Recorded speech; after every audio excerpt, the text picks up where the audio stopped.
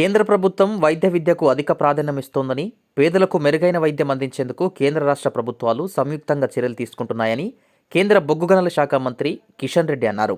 మన దేశ విద్యార్థులు వైద్య విద్య కోసం ఇతర దేశాలకు వెళ్తున్నారని, అక్కడ నాసీ రకం విద్యను అభ్యసిస్తున్నారని, అలాంటివి జరగకుండా మన దేశంలోనే నాణ్యమైన విద్యను అందించేలా ప్రధానమంత్రి మోడీ కృషి చేస్తున్నారని తెలిపారు.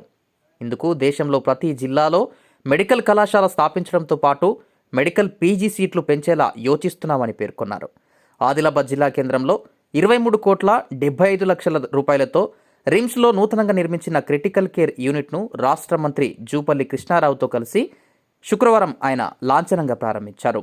ఈ కార్యక్రమంలో ఎంపీ గోడం నగేష్, ఎమ్మెల్యేలు పాయల్ శంకర్, అనిల్ జాదవ్, వెడ్మబొజ్జు, ఎమ్మెల్సీలు మల్క కొమరయ్య, దండే విఠల్, గ్రంథాలయ చైర్మన్ నర్సయ్య, అదనపు collector Rajeshwar, RIMS director Jaisingh Rathod, DMHO Narender Rathod, RDO స్రవంతితో పాటు వివిధ శాఖల అధికారులు తదితరులు పాల్గొన్నారు.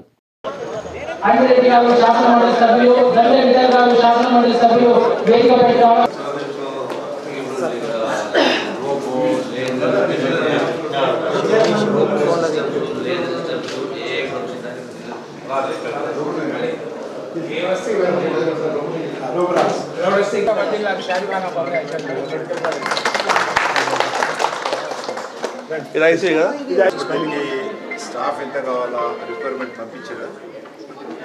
మేము చేసుకుంటూ పని చేసుకుంటాం, తయారు చేసేస్తాం.